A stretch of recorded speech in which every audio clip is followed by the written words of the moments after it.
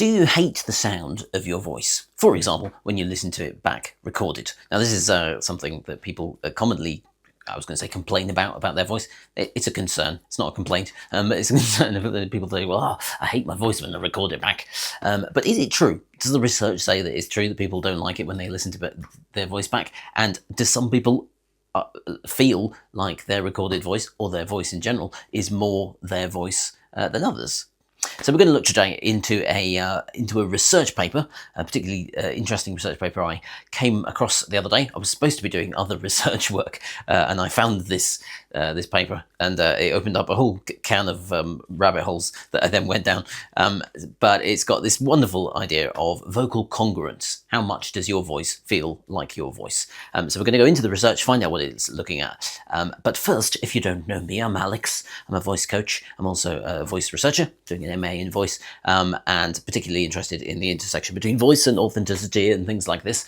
And vocal congruence is all about that. So if you're interested in voice, hit subscribe, like, bell icon, hit the bell icon. I never do that because I keep forgetting, but it's a good thing to do, apparently. And some people say not. Anyway, that's a total tangent. Let's go in to this particular research. So how this is going to go, I'm going to talk about the research on vocal congruence from a particular paper. I'm going to look at some of the dynamics that contribute to our sense of self around our voice, which also come from that paper. We'll then talk about the heartbeat test, and I'll do a very quick version of that with you to talk about a particular thing that's useful for this particular scale, and then we'll talk about the results. What did that result of that research come from, and then how does it apply to voice? So this is research heavy, but hopefully by the end you'll understand a little bit more about why you don't like the sound of your own voice and how you can change that. So let's look at this paper. Here it is. It is Vocal Congruence, the Voice and the Self, Measured by Interoceptive Awareness by Crow, Mersbergen and Payne. I'm not sure if I've pronounced that correctly, but they were doing research in Tennessee. And this is the paper we're going to be looking at. So let's look right at the beginning of the introduction. Just give us some context. I'll grab a few things that it says to understand what on earth vocal congruence is. They say the human voice is undoubtedly linked to an individual, well done, Alex, to an individual's sense of self. We're just going to plow straight on. So indeed, your voice and your sense of self are linked, and there's plenty of research into that. Individuals possess anatomical, physiological, and psychological characteristics that are unique to them, which contribute to vocal output. What the deuce does that mean? It means your anatomy. Some parts of you can't change, maybe the size of your larynx, the width of your tongue are anatomical. They affect the voice. Physiological, how you use your voice, and a lot of voice work is around, affecting the parts of physiology, how you use your voice and your body to change the voice. And psychological characteristics, things in your head, that's Scottish, head. And a lot of voice work actually sort of intersects with psychological things as well, by nature. And those contribute to the sound of your voice. It says, a voice is a salient marker of a person's individuality. Indeed, our voice is intricately linked with who we are. And the more we feel our voice is ours, the more we feel like our sense of self is congruent with us. And that is the definition that they use in this paper. Vocal congruence, the extent to which one's voice is in alignment or congruent with one's sense of self. How much does your voice feel like it's yours? So let's have a look at some of the things that contribute to voice. So people think, oh, my voice is my voice and I can't change it. And that is absolutely not true. So you can change a lot of things volitionally, as in you can change them on purpose.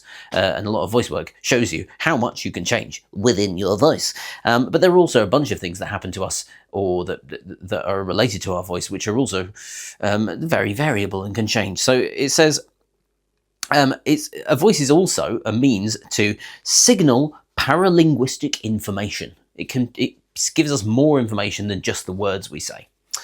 Prosody, the music of the voice, emotional expressiveness, and self-identifying characteristics to the literature. So to the listener, not to the literature. Things like age, gender, ethnicity, geographical identity, and health status. So our voice will be affected by and communicate all of these types of things. If you're from a different country, your voice will sound different from someone who even if they had exactly the same physiology and things as you, the impact of that society will have an effect on the voice, and all of the other things as well, age and such. Other things that affect your voice. It says voices are malleable.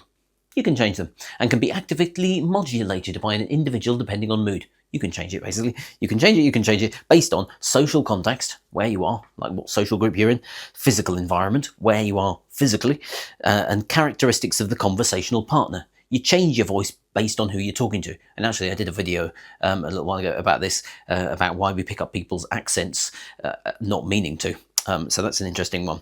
So that is something, all these things can kind of affect the voice. And it says, and this is, I think, particularly important, and is that, I'll just read it and I'll explain it. It says, given this close connection between the voice and the self, impairment or alteration of one will undoubtedly influence the other.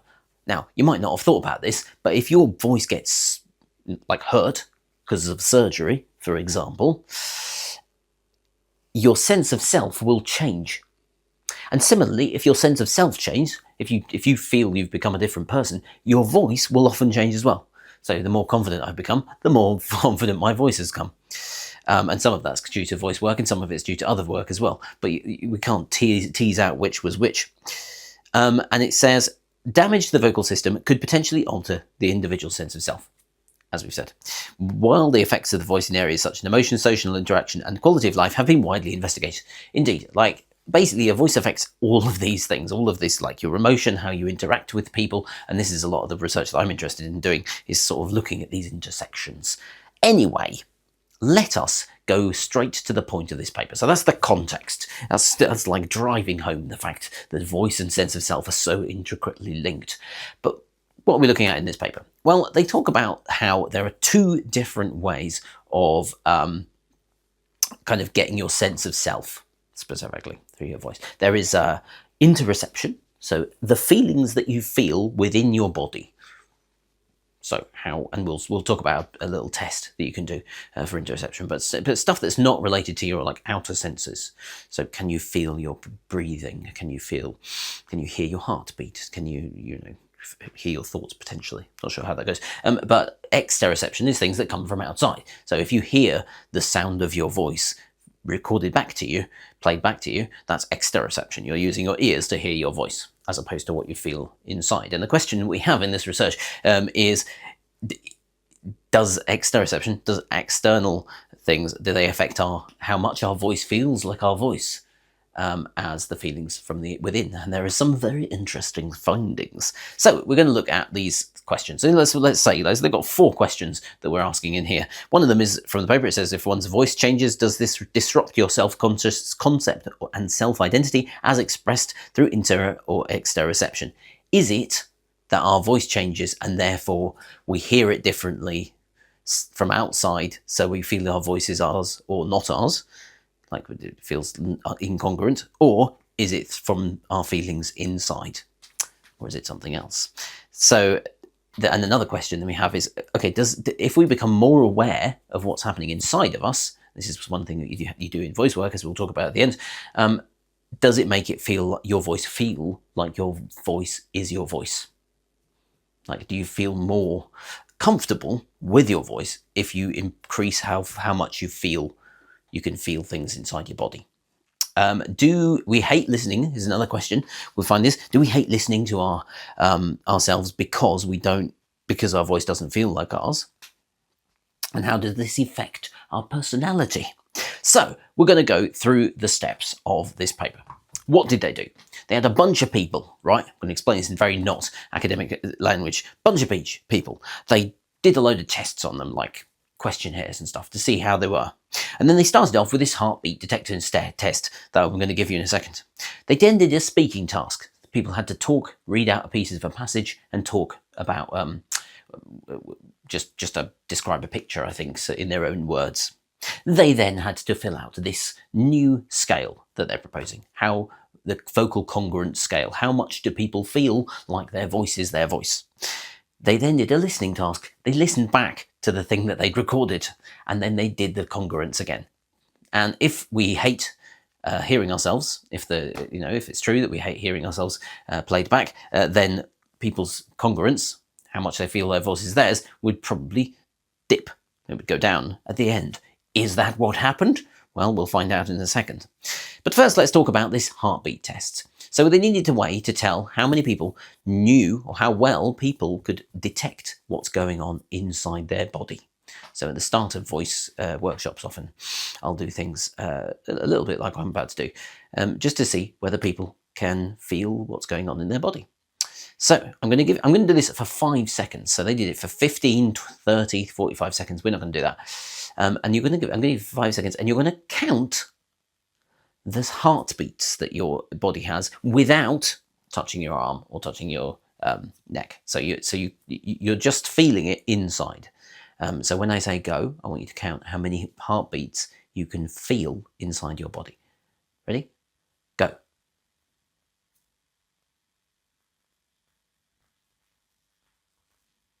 And stop. Okay, so were you able to feel your heartbeat without doing any of these things? Now, so if you counted, let's say you said 5 heartbeats, I don't know if that's reasonable for 5 seconds, 1 a second, if you said 5 and it was actually true that it was 5, then you would have 100% accuracy. So this is the equation they were using here. How accurate are you? Maybe you said 1 and it was actually 5, so then you'd have a lot lower accuracy. But then they also asked people how confident they were at detecting. So maybe you were like, okay, I detected only 1 heartbeat, and I think my confidence is really low, like 20% confidence, and you were 20% accurate, in which case your interoceptive awareness, which is what they were measuring, would be 100%, because you accurately detected that you had badly detected how many heartbeats there were.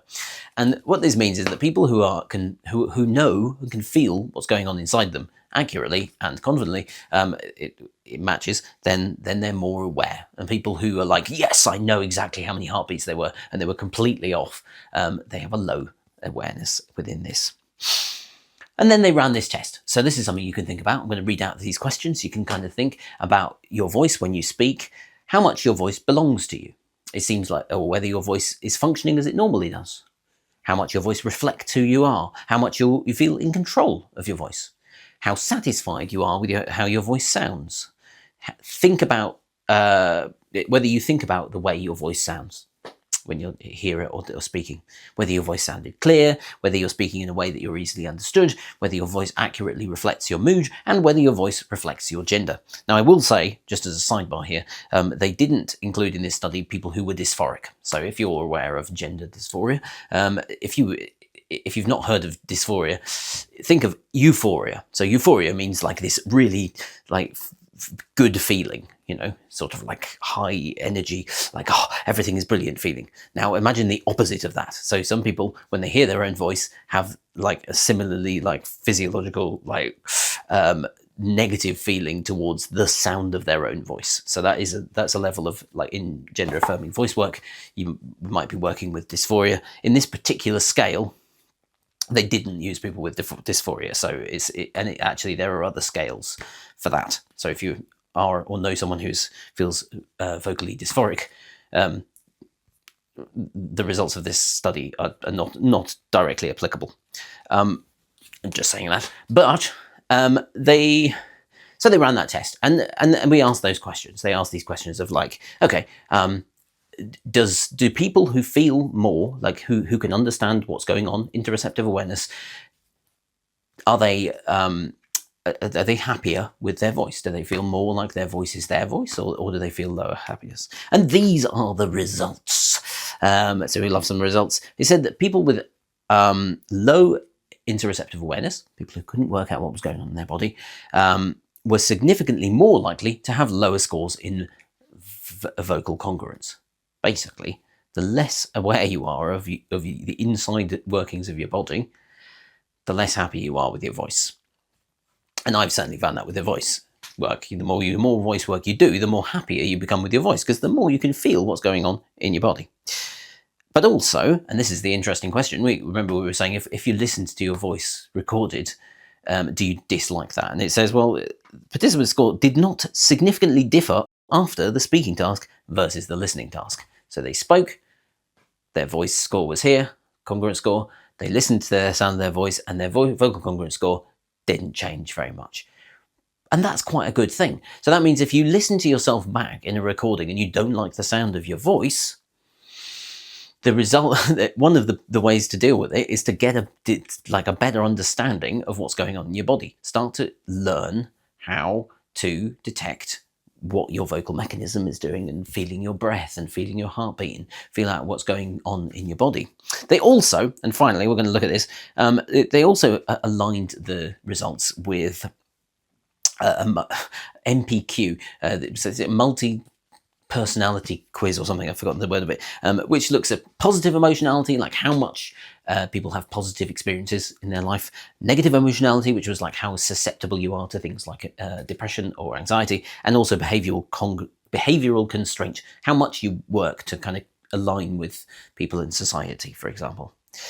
And they found that people who had a higher level of understanding of their body, their higher interoceptive awareness, they were happy. They had more like positive effects in their life. And I've certainly found that. Like, the more I engage with voice work, the more positive I can be as well, because I'm just feel more in my body and aligned. However, they didn't find any kind of significant difference between negative emotionality. I'd also contest to that personally. Like, it doesn't just because I'm an anxious person, doing more voice work hasn't actually helped my anxiety. Other things have, and also behavioural constraint. So this thing of whether you kind of work hard to fit in. Which I talk about quite a lot.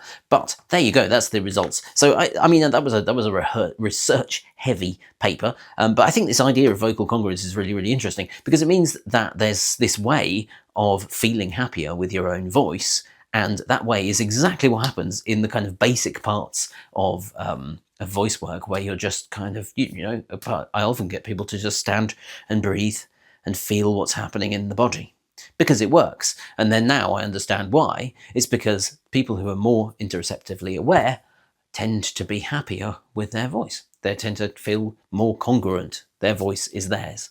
Perhaps because we're not relying on these external cues, either hearing our voice back or other people's like judgments about our voice.